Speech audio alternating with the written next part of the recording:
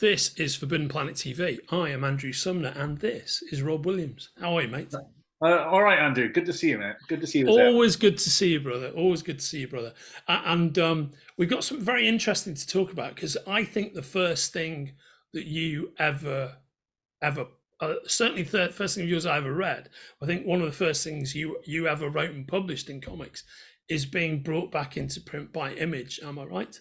Yeah, it's Class War. Class War's being released as a paperback for the first time by Image. It's out in August, and it collects the entire first 6 issues of the series, which we published, whisper it quietly, 20 years ago, when possibly I had hair.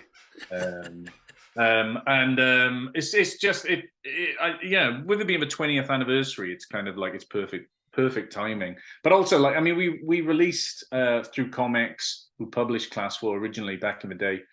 We released a hardback collection, and that was like, when I looked it up, it was 2008. So effectively, it's been out of print entirely for about 15 years. And it's just got some world-class artwork by Trevor Hairsine and Foreman, and obviously it's the first thing I did, so it's got a special place in my heart as well. And yeah, it's amazing to see it back out there. It must be a great feeling for you. I mean, it's a very strong book, and while I guess that it exists somewhere in that ecosystem of say the Authority or JMS's Supreme Power, all of which are books I like. Ultimates, I guess. You do something completely different with it, and I think it's evident when you read it that your influences are different. And I remember, I don't know how long ago this was, but I remember reading. It must have been an interview with you where you were talking about you'd consumed a lot of Noam Chomsky at one point.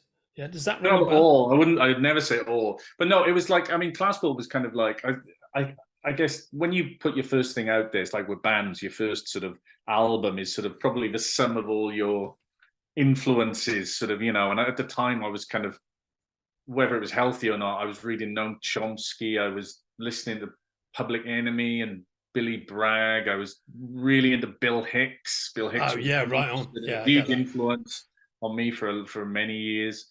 And all these, and then sort of combined probably with things like, Alan Moore and Alan Davis's Captain Britain and Marvel Man and stuff like that. And it all kind of got funneled into sort of Class War.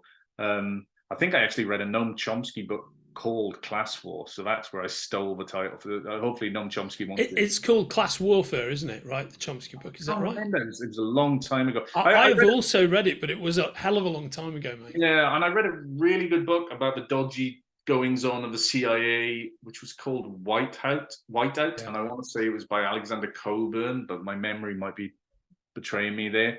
And that all filtered in, and it was all just about sort of, as we all know, like a lot of the dodgy stuff that has gone on in American foreign policy behind the scenes, for decades. So I just chucked all that in a blender, really, and sort of wrote this script. I was a freelance journalist at the time. I'd never written a comic.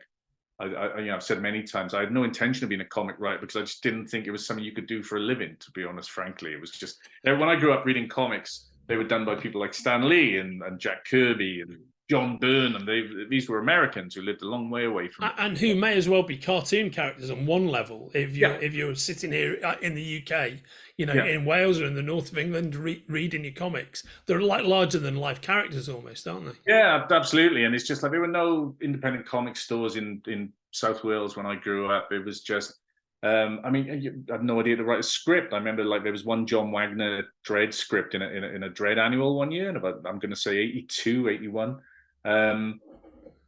So it was just like, really, I mean, I remember there was a Sandman script in the back of one of the trade paperbacks. And I went, oh, okay, there's a script. That's how you do it. So I wrote this script for Class War. I didn't know what I was going to do with it. I thought it'd be fun. I thought maybe I could get a mate to draw it, and I don't know. I didn't know. And then I went to the Bristol Comic Convention, and comics were just starting out. They were a new company, and they were willing to sort of look at, pieces by people who'd never written comics before. So I handed over this script, the entire script, not a pitch. I didn't even know you did pitch. I didn't know. And I went, oh, there you go. This is my comic that I've written, and kind of walked away. Unfortunately for me, they read it, And then they rang me up a few months later and they went, look, we'd really like to do this. I was like, oh, okay. And then they teamed me up with Trevor Hairsine, that sort of, fortunately, you could sort of cover up all my rookie mistakes and make it all look amazing. So that was my way into comics and a career that I never could have imagined, but I'd end up having, really, which was sort of one of those lucky segues in life that has just been a lucky day when they rang up and said they'd put it that way. I mean, it's great that you got the opportunity then, and I think you really lucked out working with Trevor Hairsine, who I know is a good mate of yours, who is, I personally think, is a highly underrated artist. I think he's sitting here in 2023. He's amazing. He's always had this sort of, there's a real sort of power and sort of there's you know, in his characters, he's like a mix of sort of like, there's a bit of Neil Adams in there, I'd say, you know, and it's just he's one of these few artists. He just, like, especially when he's drawing sort of big, sort of powerful guys and superhero figures, or Dredd. I think he's one of the best Dredd artists we've ever had. But unfortunately for 2000 AD, he kind of, after breaking in and doing a bunch of Dredd, where he was quite influenced by Mick McMahon at the time, he kind of went away from it and has done. I mean, I dragged him in to do like one or two very short Dredds over about the last 20 years. I often think that's his natural home, but for whatever reason, it hasn't come off. But no, I mean, he's been doing great guns for DC the last few years, and he's, you know, he had a big hit with DCeased, I think it was called. Yeah, he should be a bigger name than he is, I think, definitely. Yeah, I agree. And for those who are watching this and they're encountering class war for the first time in this collected paperback edition from Image, which can be ordered from the links attached to our conversation in the usual manner. Yeah. What's the jumping on point? What's the premise, and how does the story open?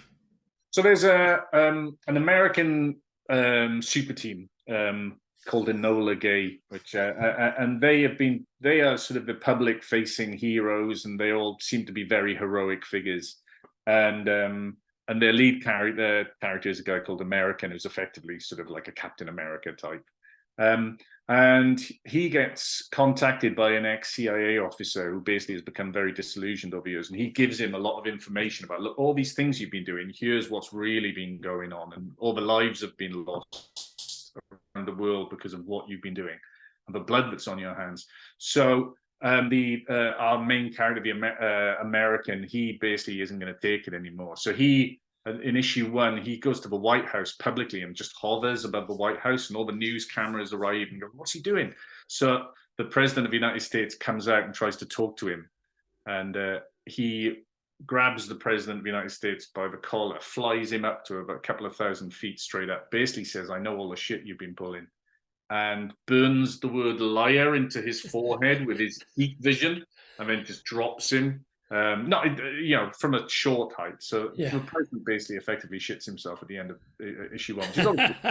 You need one defecation and then absolutely. And from that point on, it becomes a kind of road movie of these. Enola Gay, the super team, is sent after American and the CIA agent trying to track him and hunt him down, and it's kind of mixing sort of, you know, the ultimates, the authority, that kind of widescreen superhero action with a lot of kind of sort of political sort of storylines, and it kind of and there's all kinds of influences. There's bits of Akira in there, and it just looks extraordinary, because then after Trevor did it, Trevor got poached by Marvel and went off after 3 issues, and we thought we probably had it.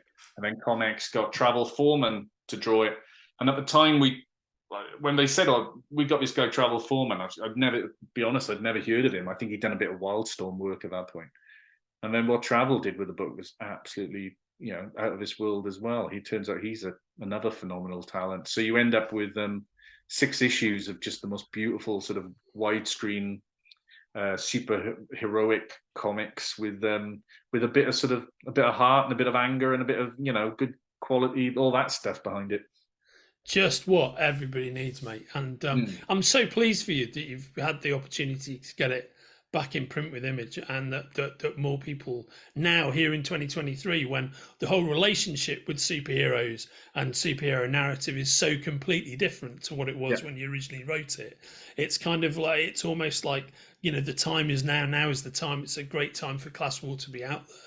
Yeah, I mean, I think sort of in a way you kind of you look at things like The Boys and Homelander, and it's probably, you know, a lot of that stuff is treading similar material. I mean, you know, we did it 20 years ago, but I can't claim to be original, because at the end of the day, there's like Steve Englehart's Captain America run, where he basically went, I'm not taking this anymore, and went off and the government chased him. So this is a well-worn path. But you know, there's all kind of conspiracy thriller stuff in there, like, you know, Parallax View and all, you know, and sort of, yeah, is it 10 Days of a Condor? Is it 10? I always get 3 Days of the Condor. 3 Days of a Condor. 10 Days would have been the sequel. 3 Days of a Condor and all that kind of stuff is in there. And yeah, I mean, we all know our governments are up to all kinds of dodgy shit. So you throw some superheroes in it, and it's all good fun. Very well said, mate. And no better references than 3 Days of the Condor. And in fact, I think the book is called something like 9 Days of the Condor. So you were pretty close. There you go. Yeah, and the Parallax View. What an amazing film. Oh, yeah. Yeah, totally recommended if anybody's interested in this kind of vibe. And anybody's interested in this kind of vibe should be reading Class War. Again, available from the links attached to our conversation. And Rob, it's always great to see you, mate. I'm really glad this one's coming out again. No, thanks, Andrew. Like I say, it's, for me, it's the first thing I ever did, but it is, I've been looking through the proofs this week, and it's just a beautiful book, and it's got some, ironically, I think you become a better writer over time, but there's bits in it where I was reading going, oh man, I wish I could write as well as this these days. So whatever I was smoking 20 years ago, some of it worked anyway, put it that way. Yeah, actually, there's no better feeling, right, than to read an old piece of work and think, oh, this is good. It's me. I wrote this. Yeah, and you've forgotten, like, that's, I don't know if everyone's like this, but you read some of it and you go, I have absolutely zero memory. And some of it you go, yeah, that's a bit clunky.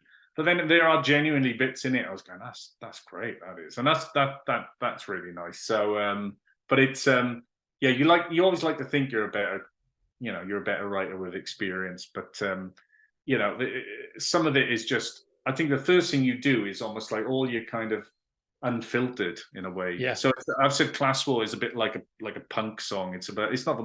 Might not be the most sophisticated polemic, but it's kind of, there's a lot of power you can do with 4 chords occasionally, do you know? 100%. It's like the difference, to use a police analogy, it's like the difference between, say, Outlandos de Mon Regatta de Blanc and then Ghost in the Machine. You know, okay, Ghost in the Machine is way more polished, but that raw studio sound, it's the whole thing unto itself, isn't it? Yeah, exactly. And that's what, you know, Class War isn't the most subtle in its political views, as I say. It's kind of, but sometimes you need a bit of, like I say, the influences, it's like Chuck D and, you know, people like that. You know, it's sometimes people need a bit of a slap in the face, and I think you know, Class War was a little bit me trying to do that at the time. Brilliant, mate. Brilliant, mate. And that's Class War, which is coming out very soon, can be pre-ordered here. And thanks for joining me, Rob. It's always great to see you, brother. Oh, cheers, Andrew. Thanks a lot, mate. If you're enjoying watching Forbidden Planet TV and you're enjoying watching us talk to the world's most interesting and accomplished filmmakers, authors, artists, musicians, creators, subscribe right here. See you soon.